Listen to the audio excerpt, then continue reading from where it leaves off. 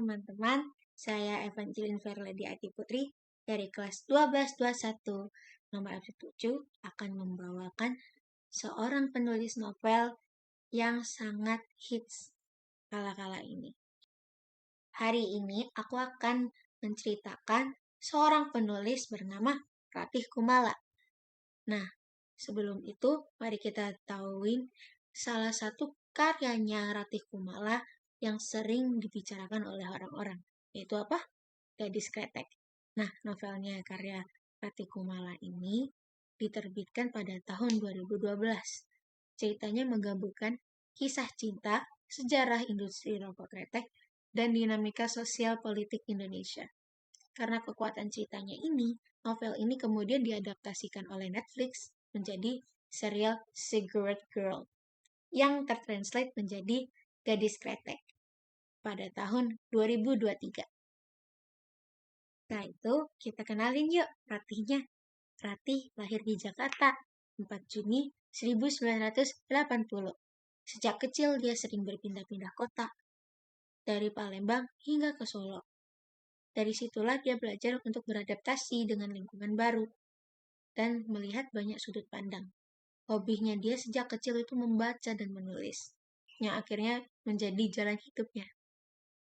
Saat kuliah di Sastra Inggris Universitas 11 Maret di Solo, Ratih makin serius menekuni dunia literasi.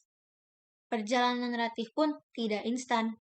Naskah pertamanya pernah ditolak, tapi akhirnya Tabula Rasa terbit pada tahun 2004 dan langsung menang sayembara novel Dewan Kesenian Jakarta.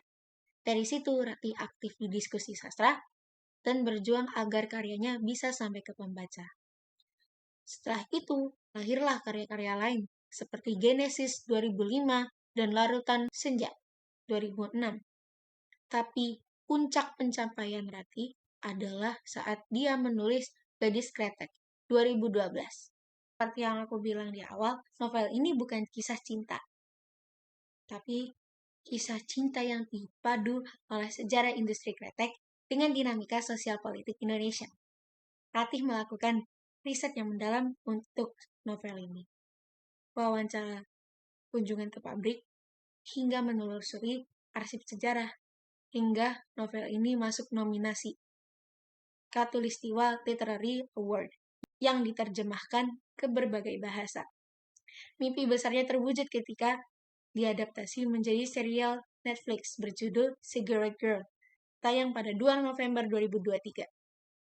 Ratih ikut menulis skenarionya bersama sutradara Kamila Andini dan Iva Isfansyah. Proses panjang hampir 10 tahun dengan tantangan besar mengubah alur novel ke layar kaca, sambil tetap menjaga esensi ceritanya. Hasilnya, serial ini dapat mencuri perhatian seluruh pengguna Netflix dan diputar pertama kali di Busan International Film Festival sebelum rilis global. Kini, Ratih Kumala bukan hanya penulis, tetapi sosok yang konsisten memperjuangkan cerita Indonesia agar menembus dunia. Dari penolakan awal sampai sukses di Netflix, perjalanannya membuktikan bahwa dengan ketekunan, riset yang matang, keberanian untuk mencoba hal baru, karya sastra Indonesia bisa berbicara di panggung global. Kisah Ratih menjadi pengingat bagi kita kalau cerita Indonesia punya kekuatan yang besar kalau ditulis dengan hati dan dedikasi. Ia melampaui batas bahasa, budaya, bahkan generasi.